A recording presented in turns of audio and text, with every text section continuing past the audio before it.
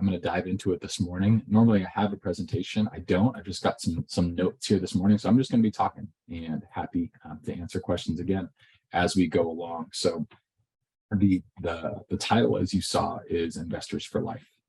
And one of the things that we really pride ourselves on is having this great group of investors that are truly partners with us. And so, really, I think as a capital raiser or an aspiring capital raiser, what your primary goal should be, what our primary goal is that the people that are investing with you now would be investing with you in 10 years or 20 years, 30 years, however long you have on this earth and you're in the business. But I think one of the assumptions there is that you have a long-term strategy and you're able to articulate that, and your investors get a sense from you that you are structured and planning and thinking for the long term. Because what you see with passive investors, and Andy, I see your question here, and I will hit that. I'll answer that live. But what you see with investors, and what we see with a lot of our investors, is they are passive investors or limited partners. And so what they're indicating to us, to you, in even electing to invest with us or with you, rather than going out and buying their own real estate or starting their own syndication company or whatever it may be, they're indicating that they don't have the time, energy, or desire to go out and spend a ton of time doing due diligence, acquiring, financing, operating, etc. assets. It's a lot of work. But that gives us a really key bit of information about them, which is that they want somebody that they can trust. They want to be as passive as possible. And so what we find is oftentimes when we do our introductory call with investors, they'll have a lot of questions. And before they go to invest in their first deal, they'll have a lot of questions. Maybe going into the second deal, they'll have a lot of questions. But at some point, there's a level of trust that's earned and generated in that process. And that's obviously generated by how we perform as operators. And it's also just a comfort level that they have with us and investing and seeing their distributions happen on a regular basis, to see the consistent communication, where they're communicating good news, neutral news, bad news, whatever it may be. And then also just to see our staying power in this space. And so right now we're coming into a time in operators may already be in a time where it's more challenging. It's more challenging to find good deals. It's more challenging to secure investors. There's fear in the marketplace about what's happening with the Fed, recession and inflation and interest rates and geopolitical considerations. And so there's a lot there that could cause people concern. And what they're really looking for is somebody that they can trust, that they feel is steering the ship well, and they can hand over their hard-earned capital. And so the first thing, and there's kind of three things within that, but it's establishing trust by your investors knowing that you're in it for the long term and that you can navigate choppy waters. And so staying consistent in your communication, especially in times like this, being very, very consistent with your deal flow. And that may mean you don't have any deals right now, but if you don't, that you're still taking time to communicate with your investors, to let them know that you're out, continuing to foster those broker relationships, talking to sellers, touring markets, that you have your finger on the pulse of what's going on in the marketplace. Those are very, very crucial things to be doing, so your investors know that you're engaged, that you know what's happening, and that you're not just going to go out and put a deal together because it's something to do, but that conversely, or on the other side of that when you do find a great deal, that you're going to be ready to pounce on it. And so really the first thing in securing investors for life is that you've got to want to do this for the long term, and you've got to be set up well to do it for the long term. Even if it's just you as an individual or you as a partner, you don't have to have a 50+ person company like we do. But having that long-term perspective and that long-term mindset and being able to communicate that to your investors on a regular basis is crucial. So really having a long-term outlook, I would say, is point number one, and setting your business up for that. Second one, which I touched on a little bit, is your communication, and the consistency of your communication is crucial. Communication, consistently crucial. You get the idea. So being able to constantly or consistently communicate with your investors, to be very clear with them about what your strategy is, about what kind of assets that you're going after, whether if you're giving asset updates, that you're being very clear about what's going on with those assets. If you're presenting a new deal, that you're being very clear about what the metrics are, what the risks are, what the returns are, what your strategy is, etc. But one of the biggest pieces of feedback we get from our investors, and one of the reasons they invest with us over and over again, and I say this all the time, it's not our returns. Now, of course, we generate good returns. We've done 8 full cycle deals. The average IRR has been in the mid-20s, so we have a great track record. We consistently generated good returns for our investors. But the primary thing that we hear from them is our communication and the fact that we're giving them regular updates about their assets. When they reach out to the investor relations team or the investor services team or one of our managing partners, that they're being responded to in a timely manner and getting the answers that they require. And so that communication component, well, it's one of the most basic things out there in any business. There's so many people that miss it, and being able to do that consistently and with excellence is really key and crucial. And another one that's really, really important, I would say, is making sure that you know why you stand out in the space and that you're able to communicate that to your investors. And so what you really need to be able to know is what your unique value proposition is. And so the best way I can talk about that is to give you an example of what ours is. And so ours, and what makes us distinct in the space, is that our managing partners have very unique and very relevant backgrounds. So Dan Handford has a background as a chiropractor, but not just a chiropractor, but an owner and a builder of medical clinics. So Dan's a serial entrepreneur, and so he has a background running in operational businesses that are very intense and nuanced, with hundreds of employees across multiple locations. And so having that operational background, having run businesses successfully in the past, he has a business leadership background that really translates very to what we're doing. It allows us to grow and operate within a lot of different asset classes. And so right now we're in multifamily, we're in self-storage, we're in car wash, hotels, and we have a debt fund as well. And quite honestly, most people probably should not do that, should not go out and play in multiple asset classes in different markets with different levels of management required and operational capacity required. But because of his background, because of Danny's background being a financial and process consultant for Deloitte, because of Brandon's background in the construction and both commercial and residential construction and development space, we have this this just very unique value and skill set that we bring to the table. And that's really a key value proposition for our group. And so we talk about that a lot. We articulate that informs our strategy.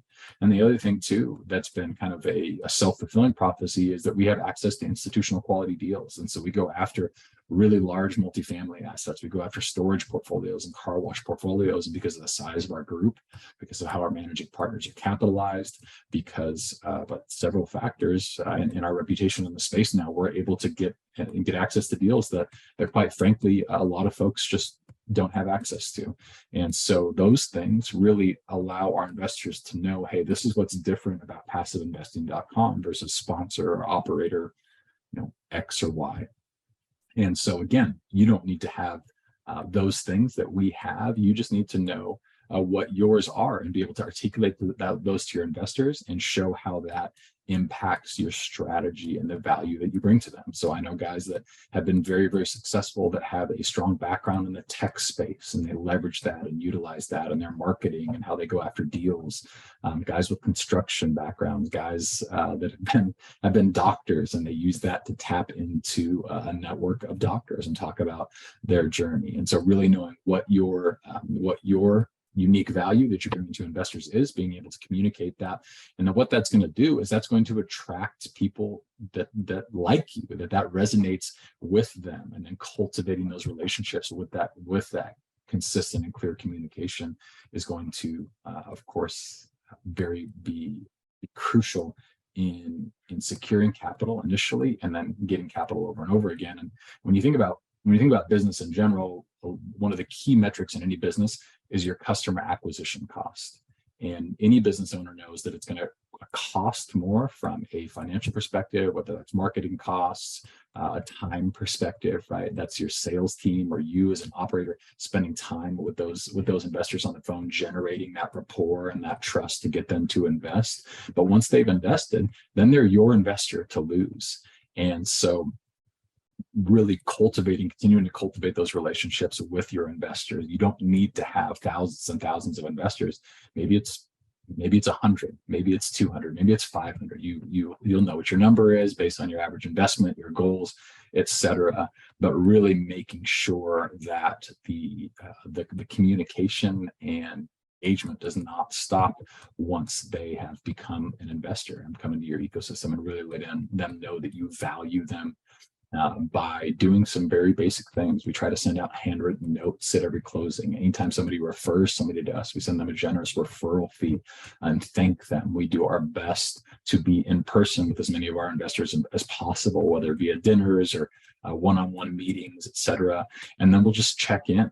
We're setting up a much better kind of CRM process right now that will allow us to be checking in with all of our investors on a regular basis.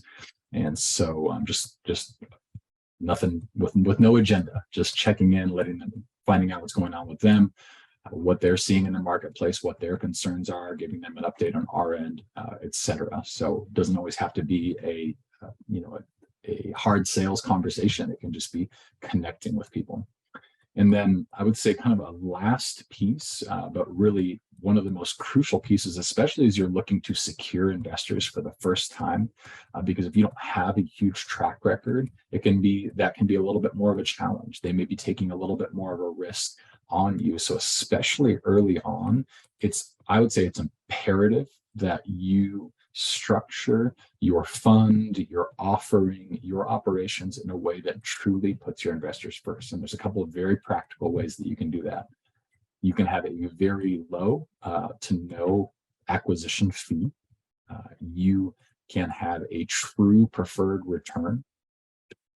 Investor is going to hit 7%, 10%, whatever it may be, before you ever, as a sponsor, receive a dime of performance-based compensation. And then you could have an asset management fee that only is taken after your investors have received their distributions. And when your investors see that you're aligned, that you're not winning unless they win and you're putting them first, that is a huge that speaks volumes to your integrity and to your desire to really truly put your investors first. But what it also sort of indirectly or not overtly communicates is that you believe in your underwriting, you believe in your strategy so much so that you're going to defer your returns until your investors get paid back first. Now, over time, as you develop more investors, as you have more of a track record, it's very typical for sponsors to increase their fees over time. That's everybody's prerogative, and you do that to the degree that you feel comfortable and that you feel that that's the right thing to do. But having a fee structure, especially early on as you're looking to build your investor network that prioritizes them and puts them first, is a really powerful way to secure investors. And I would say those are really the key things that you want to do to have long-term repeat investors, is have a long-term outlook and approach to let them know that you're in this for the long term, that you want to be partnered with them for the long term, and to make that a part of your ongoing communication. To communicate with clarity and consistency, even if it's letting them know that there's no deals out there and here's why and here's what you're doing.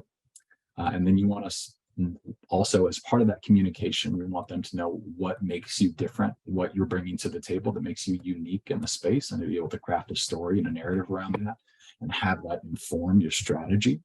And then lastly, not in order, is structuring your offering and your deals in order that your investors are prioritized. And if you do those 3-4 things, depending on how you line it up, I can almost guarantee you that you are going to have a lot of investors and a lot of referrals. And referrals in this space, referrals in any business are gold. Any business owner will tell you that. I used to be a real estate agent way back in the day, and anytime I got a referral, it was gold because I didn't have to go out and market for it. And it was also there was a much higher likelihood that that lead was going to close because it was somebody that I had worked with that spoke very highly of me. And that's great. That's great if you've got a good plumber that you can refer, or a realtor or accountant, whatever it may be. Having somebody refer an investor to you is a whole nother level of trust and really praise for what you're doing. And so anytime that we get somebody that says, hey, I want to refer my friend John to you, that to us is gold. And there's a tremendous amount of value that's being communicated there, because that's a huge risk for that person. And we don't often think about it like that, but it's one thing if you refer a plumber or a carpenter and they do a crummy job. It's another thing if you refer a friend and they invest $50,000 or $100,000 and then that investment doesn't pan out. That's an awkward dinner party or or a family gathering, whatever it may be. But doing the things that I listed will guarantee to generate referrals, because it establishes instant trust and credibility. So those are really the key points for Investors for Life, and something that we have found to be very, very true at passiveinvesting.com. And continuing to do those simple but consistent actions creates an amazing funnel of ongoing leads and referrals. So that is the end of my official presentation here. I'm going to pull up some of your questions. Andy, you said, do you have a process and systems you use for attracting investors? And do you have a list of questions you use for investors? So yes, definitely process and systems that we use. We do a lot of marketing. There's been some other webinars on that we talk about some of our marketing methods and the ways that we generate leads. But it's Dan and Melissa. Melissa's our director of PR and marketing. Dan, one of our managing partners. They call it a multimodal approach, which I'd say is a fancy way of throwing a bunch of stuff at the wall and seeing what sticks. And so what we found is we'll advertise on podcasts, we'll appear on podcasts, we'll do webinars like this one we're doing right now, we'll appear on other webinars, we'll speak at conferences, we'll do social media advertising, we'll do a lot of different things to see what works, and we'll double down on the avenues that do, and we'll pull back on the avenues that don't, or that aren't generating high quality leads. So if that's what you were asking, but that's what I take from your questions. And then a list of questions we use for investors, absolutely. So we want to do an onboarding or an introductory call with every single person that comes into our database, that signs up on our website to be a member of the Passive Investor Club. If you want to see what that's like, you can just go to passiveinvesting.com, and there's a little button in the upper right-hand corner that says Join the Passive Investor Club. And then you can actually just, if for nothing else, just to see how we do it, and what works well for us. But yes, we definitely want to qualify our investors. We want to know, are they accredited? What's their, how much capital they're looking to deploy? But then we also want to know what's important to them, what they're looking for, what their pain points are, what their concerns are, et cetera, so that we can speak to those. And so we really get as much information as possible from them on the introductory call, and that informs what deals we pitch to them, how often we're communicating with them, our resources that we can provide to them, et cetera. You mentioned new investors asking a ton of questions. What are the main questions you hear, and how to best engage the investor and gain that trust with them? So that's a great question. Yeah, so I mean, I could, there's actually, I have a top 10 list of questions somewhere, but what they generally want to know, they want to know about our track record. They want to know about our strategy, what markets we're invested in, what our splits, preferred return, and our waterfalls are. They want our lost money, things like that. So they're all very basic questions. I can count maybe on one hand the number of times since I actually, really was trained and stepped into this role full time that I was asked a question that I couldn't answer, or that stumped me. And so what you'll find is that investors usually want to know that. They want to know how much you're co-investing as a sponsor as well. That's a key question that you'll get. And then in terms of engaging the investors and gaining trust with them, being very, very transparent in your answers, just being open. If they want to know, one of the questions we'll get every once in a while is like, tell me about a time that a deal went bad, right? So they don't want to just hear the good news. In fact, if you're only sharing good news or it's only positive, they probably won't trust you because that's not reality. And there's mistakes happen and deals don't go well and things don't go according to pro forma. That's just the nature of the business and the nature of life. And so I would say, again, it's back to that being very thorough responses and, being willing to share the good along with the bad. Or some percent of your happy investors refer others to you. What percentage would you say do that wrong? That's a great question. And so one of the things that we're doing right now is we're overhauling our CRM to be able to get better data about that, and also to be sure that we are really properly to us. And so we send, like I said, we send a fee, we send a thank you note, but we really want to improve and build upon that process. But if I were to say back of the napkin, I would say somewhere between, we have about 2,000 investors, and I would say somewhere between 5 to 10% are referring others to us. And how are you getting access to these high net worth individuals to gauge their interest and qualify them? Well, Marquise, and thankfully we have a tremendous marketing team, and Dan, one of our managing partners, he's just a true marketer, and he's really got a gift and an aptitude for it. So we have a lot of inbound leads as the result of our marketing efforts and also our presence in the space. And then, basically when we have that introductory join the passive investing club, one of the key questions on there is, are you accredited? And so once somebody checks that box, then we know they're either A, making several $100,000 a year, B, have a net worth over $1 million, or some combination of the two. But that's really it. And I think one of the things to keep in mind too is that approaching being a sponsor, approaching investor conversations, and approaching raising capital from an abundance mindset. There's no shortage of investors. There are I forget the number of accredited investors in the US. I believe it's over 10 million that check that accredited investor box. And we're one of the sponsors in the space, on the syndication space. And we have roughly 2,000 people that are invested with us. And so we have captured a very tiny fraction of the number of accredited investors that are out there. And so that's how we're doing it, but there's plenty to go around, and many of our investors also invest with other sponsors, and we encourage them to do that. So diversification as well. So there's plenty of investors to go around. And then gauging their interest and qualifying them. Really, if they're taking the time to jump on a phone call with myself or a member of my team, then they're interested. Things that's great about having accredited investor clients or prospects is that they're generally very busy people. Our typical investor is a high earner, a doctor, a lawyer, an engineer, an executive, an entrepreneur. So these are not people that waste time. These are people to whom time is very valuable. In fact, it's so valuable to them that they're willing to give 6, sometimes 7 figures to somebody that they've never met in person, oftentimes, to invest on their behalf.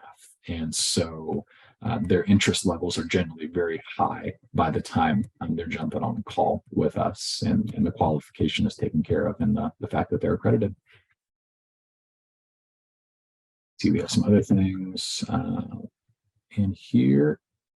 If you're starting out and have no investors or acquired apartments, is there a way of working with other established apartment owners to build a reputation and attract new capital investors? For sure there is. And so I think, one of the things, we did this early on, a lot of operators do this early on, our sponsors do this early on, is they'll raise capital for other sponsors that have a track record. So we raised capital early on for another sponsor that had a track record. We have people that will come alongside us and joint venture with us to raise capital for some of our larger deals. And so I think that's a key way to do that. When you do that, you're in a co-GP position, so you can really build on your track record, and you can also use that time as a co-sponsor, as a co-GP, to shore up your knowledge, get on calls with the partners, get on the asset management calls, go out and do a site tour during the due diligence process, and walk with the asset management team or the property manager or the acquisitions team, or if there's a CapEx project happening, be there when the contractors are there, or they're doing the insurance walk, whatever it may be. There's so many things that you can do to shore up your knowledge and to gain hands-on, on-site, boots on the ground experience. So that's something I would recommend. Where did you find your initial investors? It looks like you started with big deals, and it's not very common. We'd love to find out where you found your first 3 deals investors. Well, we didn't start out with big deals. We started doing big deals about 2 years into 2 years into operating. We started out raising small amounts, co-raising for other sponsors. And our first few deals that we did on our own were definitely much smaller than the deals that we're putting together now. So our first 3 investors were probably friends and family. They were probably people that Danny and Brandon knew and maybe had connected with through some networking events and things like that. So that's a good question. I don't know where the first 3 came from, but they would have been people that were just in the immediate networks of the managing partners. Josh, it's my pleasure. Thanks for jumping on and being here. And I think I've gotten to the end of my questions. So again, would love to see y'all at MFINCon in Charlotte this year. Again, the discount code is webinar AD100. If you'd like to hear more about us or want to call with me, you can go to passiveinvesting.com and join the Passive Investor Club. And if you have questions or want to connect, pretty darn active on LinkedIn, you can just find me there, Andrew Davis. And thank you all so much for attending and being here, and hope you all have a tremendous rest of your week. Alvin, it's my pleasure. Thank you for being here.